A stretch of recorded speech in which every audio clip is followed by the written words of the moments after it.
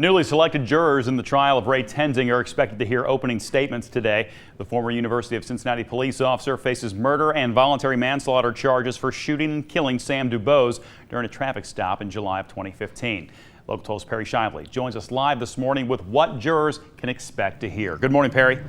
Well, good morning to you, Bob. You know, opening statements very important in a trial. It's where the prosecution and defense lay out the strategy for their case. The prosecution will go first this morning starting about 9 o'clock, and then the defense. The opening statements begin the trial and is limited to outlining facts. Now, each party will set the basic scene for jurors, providing a roadmap of the case as they see it. One other thing happening today, the jury expected to go to the scene of the murder to see exactly where and how it happened.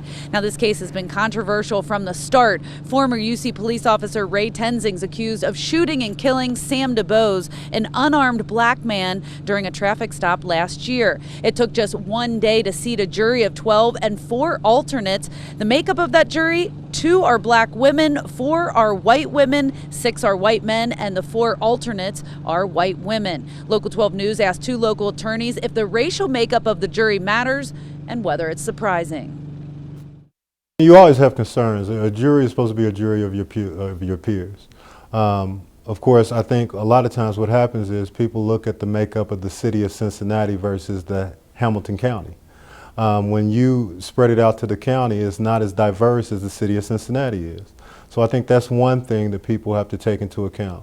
The other thing that I would say is, again, it's not surprising to have 2 minorities on the Hamilton County jury. I was a little surprised that the jury got selected as quickly as it did, notwithstanding the fact that they had the questions that they had. The jury selection is a good opportunity for you to, again, establish where you're going.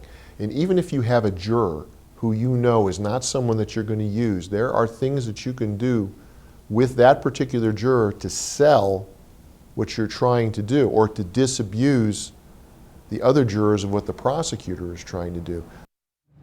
Now, the prosecution is expected to argue that Ray Tenzing intentionally killed DuBose during that traffic stop, that intention being very key in this case because it depends on whether the jury could or would convict on murder or a manslaughter charge, if on anything. Now, Tenzing's attorney expected to argue that he acted in self-defense when he pulled the trigger. And we'll talk more about opening statements coming up at 6:30.